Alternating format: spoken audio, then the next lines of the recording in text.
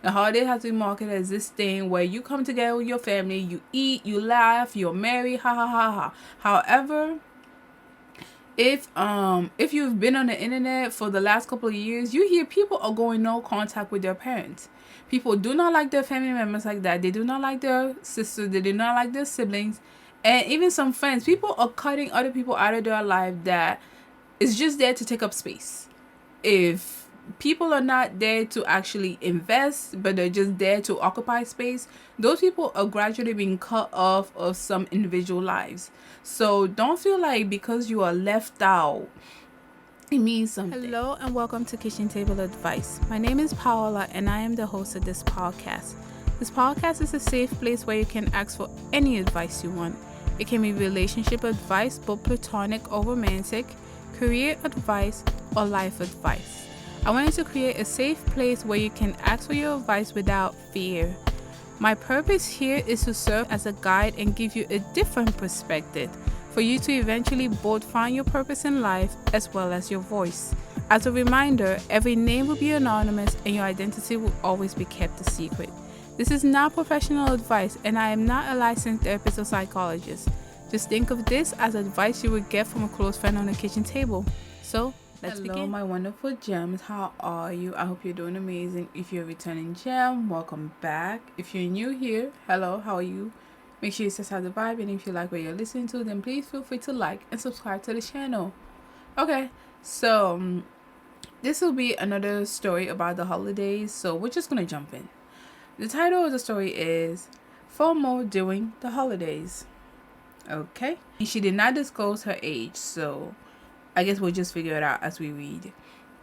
It seems that each year around Christmas and New Year, there's this huge pressure to be having the best time ever, like meeting up with all your friends at holiday parties, seeing extended family, and doing cute things with your partner. I've always felt some pressure that the week leading up to Christmas and throughout New Year's has been jam-packed with fun, festive things. I usually feel some degree of FOMO and inadequacy, and I haven't truly felt the Christmas spirit in the past couple of years, sadly. I am in my early 20s, so part of the FOMO right now might just be misplaced expectations on how fun the holidays are supposed to be. But despite having a good handful of amazing friends, I'm not doing much for the holidays. I don't have a partner, so no cute coupley things for me. My friends are either partnered up or having big family stuff to attend to. In other words, they're all tied up doing other things and I understand our friendship ranks lower on the priority list compared to family and partners. However, I feel kind of left out. Despite my life not being much different from, say, last month, the FOMO just hits harder during the holidays. Alright, so we're just gonna jump in, and I can definitely understand where you're coming from. You said it, you feel left out. Your friends are out hanging out with their family and their partners, and you don't have much to do. I mean,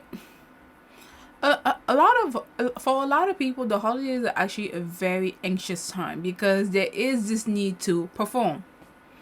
From Thanksgiving down to Christmas, down to New Year's, it's just you have to pretend like you like your family members or stuff like that. So for a lot of people, the holiday season does bring about a lot of anxiety. And I can never understand where you're coming from, but I think it can be so easy for us to think that because people are having holiday cars or holiday pictures or everyone has a matching sweater, that means they're having fun. I'm not saying some people are not having fun, but in the back end, most of the time, they're kind of performing. And to be honest, you're not missing out on what you think. It's just your brain is I think what you're dealing with is what a lot of people, in this case, who I guess do not go to big events or they don't have a big function or all these other stuff, they feel like they're missing out on a part of the holiday because of how it has been marketed to us. The holiday has been marketed as this thing where you come together with your family, you eat, you laugh, you're merry, ha ha ha ha. However, if you've been on the internet for the last couple of years, you hear people are going no contact with their parents. People do not like their family members like that. They do not like their sisters. They do not like their siblings. And even some friends. People are cutting other people out of their life that is just there to take up space. If people are not there to actually invest, but they're just there to occupy space, those people are gradually being cut off of some individual lives. So don't feel like because you are left out, it means something. I do want to preface this. For some people, they may really be having fun with their families, but for others, it's all a performance. So this is just your brain, because you've seen all the advertisement and the people laughing, blah, blah, blah. That doesn't mean they might be crying on the inside, but they're just laughing on the outside. So don't feel afraid. And if you need to do something for the holidays, then just do something. It's okay to go out by yourself.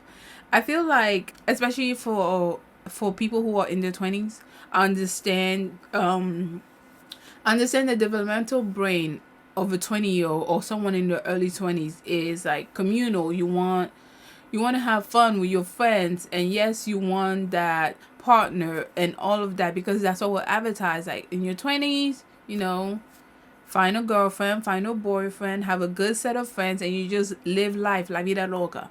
Great. However, that's not every 20-year-old. And just because that's not you, that doesn't mean you're missing out on something in your 20s. No, it just means that for now, that's not you.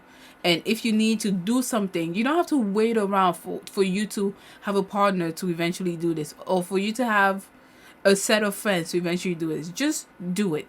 I always tell you guys, your 20s are your years of exploration. And I say that to encourage you to go out into the world. Don't be so afraid of the world that you just sit in your room, sit in your corner, and wait until you have a partner. Now you get to go do this, or maybe you have these set of friends and now you get to do that. No, go out into the world by yourself. Obviously take precautions. Take precautions. Get your pepper spray. If someone messes with you, all right, get your pepper spray, get your taser, but go out into the world. Don't be so afraid. So if you feel like you don't have anything to do during the holidays, or maybe you come from a small family, or your family is not the festive type, it really depends, right? But you want to feel that holiday cheer that advertisers has been putting in our brain for the past 100 years. For some people, you might want to go out to feel that holiday cheers. Whereas from others, it might just be simply decorating your house in a festive way. It depends. Don't feel like your life needs to play out in this way for it to be fulfilling or for it to be joyful. No, joy comes from yourself. And part of this may be because your friends are not with you and you feel, like you say, you feel left out. That's fine. But still, try to go do something you like. You don't always... Yes, friends are great. Yes, friends are kind. And they're here to support us and encourage us. And they amazing conversationalists, and they make us, gain another perspective. However, you can go out into the world. You can see the world by yourself, and you can still have fun even if you are alone. But yeah, that's how I'm gonna end this. And don't think that just because people are smiling on the outside, that means they're happy. There are a lot of people putting up a front when they're dealing with the most. You can't even imagine. They're putting up a front, and in front of everyone, they look so happy, so joyful. They feel like, and it looks from the outside looking in like they have their ducks in a row, but on the inside, their life might be a chaotic mess. So I'm just saying that to say, we all go through stuff differently, and just because you're going through something and somebody else is not going through it, that doesn't make the thing you're going through any less. I hope that makes sense. And I hope you're able to understand where I was coming from. But yeah, don't be so afraid. Just, if you need to do something, go do something. You don't always have to have someone there. Is it nice when someone else is there? Yes, absolutely. Duh. But you can still explore the world by yourself. All right. So we're going to take a break right now and come back with the second story of the episode.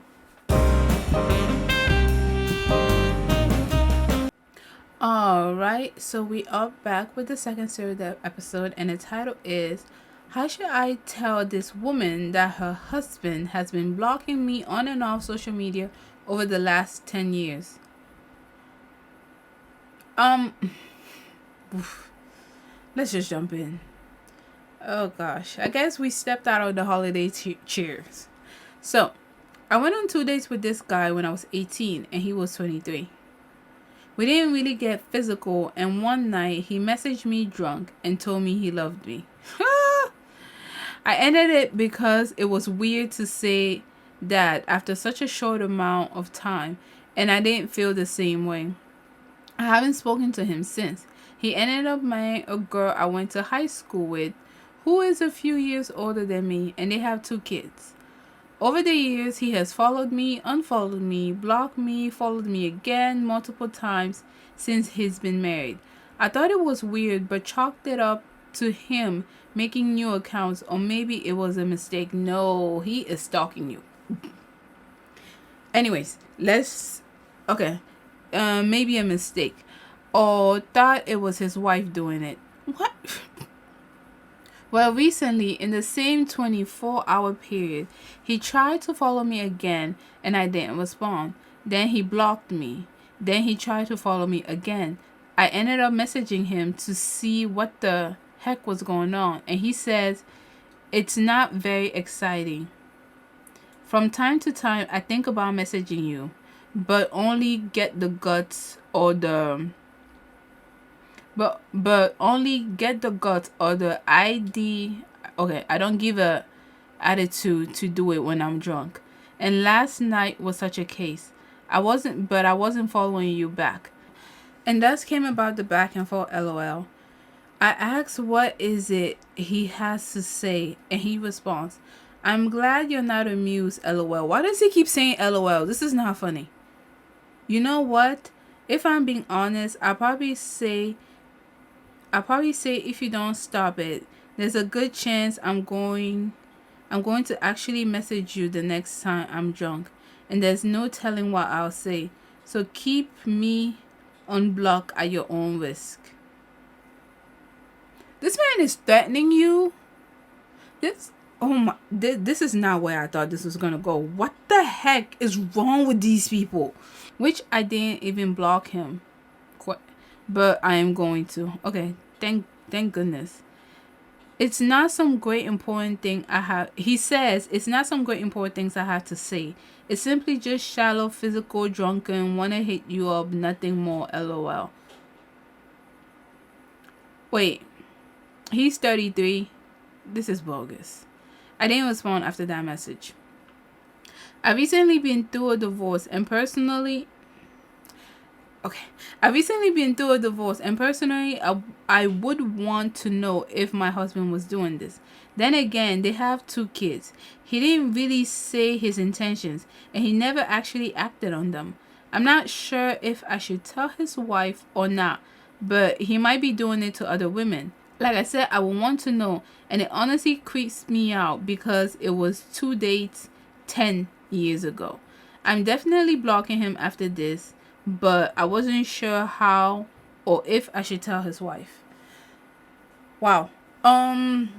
Yeah, this man is a creep. He is obsessed with you after 2 dates 10 years ago. That's freaking ridiculous. And I definitely understand the sentiment that I definitely understand why you would want to tell his wife, because it does feel like he might be doing this to other people. And why does he keep saying LOL? Like, what's so funny about that? This is so freaking weird. It's like these people are so freaking antisocial and then, disgusting. Okay, to be honest, I don't know. It's because sometimes, unfortunately, some women are just so freaking paranoid and they think that their crappy, disgusting partner is the best thing ever. That when a woman voices her concern that, oh, your partner is doing weird stuff or your partner is doing this, they start attacking the woman. So I don't even know what to tell you in this point. It's a good thing that he hasn't done anything, but yeah, you definitely need to block him. You need to block this creep out of your life. This is gross. I'm going to tell you to use your own intuition. If this is you or you're in a similar situation, use your own intuition. If you want to tell his wife out of concern from a woman who is married or a divorcee, then yeah, go ahead and tell his wife, but don't expect her to jump for joy and, I don't know. Don't expect her to just jump for joy. Just tell her, and regardless of how she takes it, you just leave it there. if that is what your intention is, or if you're motivated to not tell her, then don't tell her. This is a very difficult one because unfortunately women have been socialized to think that when a woman brings up concerns about her husband, it means that she's interested. No, she's not. Not all of y'all. Listen, half of these men are not even worth being in relationships with. So, yeah. So, that's that. But this is so weird and this is so creepy, and he's been unblocking you, following you, unfollowing you. He's basically been keeping tabs on you for the last 10 years. That is so weird. I'm so glad you got away from him. Like, that is so creepy. Imagine being in a relationship with such a creep. He sounds possessive. Ew. I can't even imagine what his wife is going through. So, yes, my advice is going to be tell her, but don't expect anything from it. Okay? Just tell her so that maybe she can keep it in the back of her mind. Just tell her so that she can be kind of aware. But from what you have described about her so-called husband, he sounds possessive. And possessive people tend to also be abusive. Possessive and controlling people tend to be abusive. So I would not be surprised if something is going on in this household. And why the heck does he need to constantly keep sending you messages when he's drunk? You're not his... And this isn't a shot on you. This is a shot on him. But you're not his playmate. You're not his toy that he can just send you messages. He doesn't get to have access to you because he's drunk. No one gives a damn. No one cares. All right? That's why I'm going through that's why I'm giving you the advice based on the fact that this guy is exhibiting possessive and controlling behavior, and that tends to be aligned with abusive people. So I'm actually going to tell you, let the woman know, but don't expect anything from it. Just let her know so that she can be aware. Just let her know so that she can put one and two together. She might think, unfortunately, she might actually think you want her crappy, disgusting, stalkish husband, but you don't. But unfortunately, controlling and possessive people, they're just... There's a whole breakdown in abuse, and I'm really not going to go down that rabbit hole in this episode because I don't feel like it's warranted. But I would advise you to let her know, tell her what's going on, and just don't expect more from the interaction. Don't expect her to thank you, or maybe even go there with the expectation that she might curse you out. But woman to woman, you still feel like this is something that she should know. That's the advice I'm gonna tell you. But it's just, yeah, block him on every single platform, block him everywhere. Like, all your social medias, just block him. He's probably gonna make some throwaway account to still follow you, because this is obsessive behavior. It's so disgusting. Anyways, I don't like this energy, so we're just gonna end the episode right now. Thank you so much for listening to us, and please let us know what you thought in the comment section below. And we hope you have a great holiday, however that looks like to you. For you, it can be being by yourself and not be bothered with your gossipy family members. We wish you the best, okay? For you, it might be going out of town with your friends or your family, or being in the house with your partner. However you want to celebrate the holidays, we wish that you can find peace and you can find joy during these holidays festivities. And lastly, we got our stories on our Gmail account, which is kitchentableadvice@gmail.com. That is where we get some of our stories as well as business inquiries. So again, thank you so much for spending your day with us, and we have big events coming next year. So next year, just be ready for a complete, maybe not a complete 360, but just like a bit of a 180 or maybe a 90-degree change. But yeah, we have a lot of stuff coming up for the new year, and we hope that you can continue supporting us in our endeavors. But thank you so much for spending your day, and thank you so much for your support, and we see you next week. Bye.